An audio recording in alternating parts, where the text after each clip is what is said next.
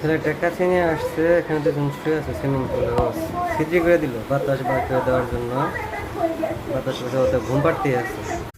আরে ও তোদের নৌকা ছিদ্রি করে দিছে, কি আরাম করে ঘুম পাড়তেছে।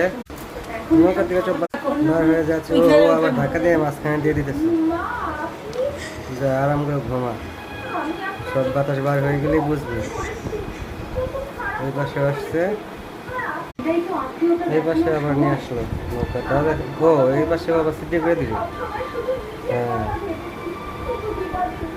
দুই দিকে ফোটা করে দিল, বাতাস তাড়াতাড়ি বার হবে।